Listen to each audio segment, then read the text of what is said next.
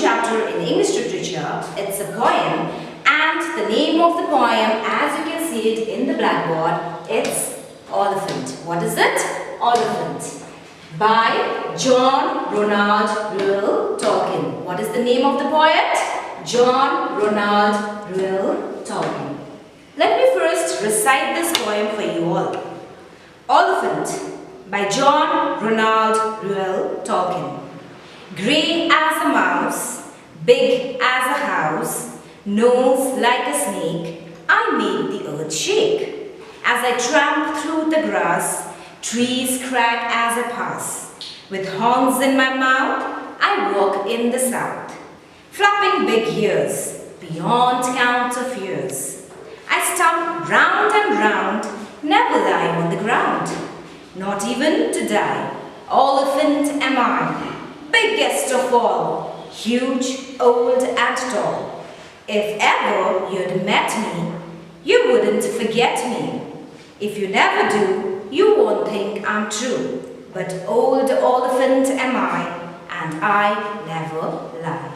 So, children, the poet of this poem, John Ronald Reuel Tolkien, was an English writer, poet, and a university professor. He was born in South Africa on 3rd of January 1892 to Arthur Tolkien, it is the name of his father, and Mabel Suffield Tolkien, the name of his mother. His works are basically based on fantasy. And what is the meaning of the word fantasy? Fantasy means imagination, unrealistic. I'm sure you must have watched the movies like The Hobbit and The Lord of the Rings. So children, he was the writer of those famous movies. So children, this poem is about an elephant. And what is an elephant? As you can see it here, an elephant looks like this. Okay, so an elephant is an enormous animal similar to elephant. The height of an elephant is much more taller than that of a common elephant. So in this poem, the elephant is talking about himself. It is a poem in which an elephant describes himself. He is talking about the color of his body, about his size, about his ears, about his strength, how strong is he is boasting himself in this poem. Now I'm going to explain this poem stanza-wise. Alright, let's begin. Grey as a mouse, big as a house, nose like a snake, I make the earth shake. As I tramp through the grass, trees crack as I pass. So in these lines, the elephant is talking about himself. He is saying that just like the mouse, which is grey in color, his body is also grey in color. He is talking about the color of his body. And just like a big house, look at his body is also big in size.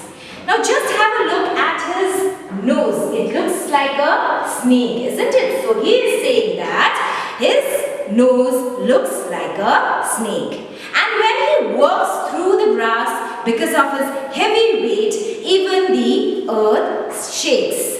He can make the earth shake. As he walks noisily through the grass, because of his heavy footsteps, even the trees starts to crack. Now I'm going to read the second stanza of this poem. With horns in my mouth, I walk in the south, flapping big ears, beyond count of years. I stump round and round, never lie on the ground, not even to die. So children, in these lines, he is saying that he has got horns in his mouth. Actually, he is talking about his teeth. It looks like a horn, isn't it? So he is saying that he has got horns in his mouth. And he is walking towards which direction? He is walking towards the south direction, flapping his big ears. Meaning of the word flapping is to move up and down. It's been many years since he has been walking round and round and never lied on the ground, not even to die. Now I'm going to read the third stanza of this poem. Oliphant am I, biggest of all, huge, old and tall. Now in this stanza, the elephant is boasting about himself, saying that he is the largest, oldest, strongest and the tallest among all other animals. Now it's the last stanza of this poem. Let me read it for you all. If ever you had met me, you wouldn't forget me. If you never do, you won't think I'm true. But old elephant am I, and I never lie. So in these lines, he is saying that people will not forget him if they meet him once. And if they don't, they will think that he is not real. It does not exist in reality. But he is saying that as he is an old elephant, he never tells a lie. He is saying that whatever I have described about myself, everything is true. As because I always speak truth and I never lie. So children, I hope you must have understood this poem by now. As we have come to the end of the chapter, I would like to give you some assignments. I want you all to learn the poem, underline all the difficult words and then learn the spelling of those words that you have underlined. This is all we have for this lesson today. Study well. See you all in the next video. Until then, stay safe, stay healthy. Thank you.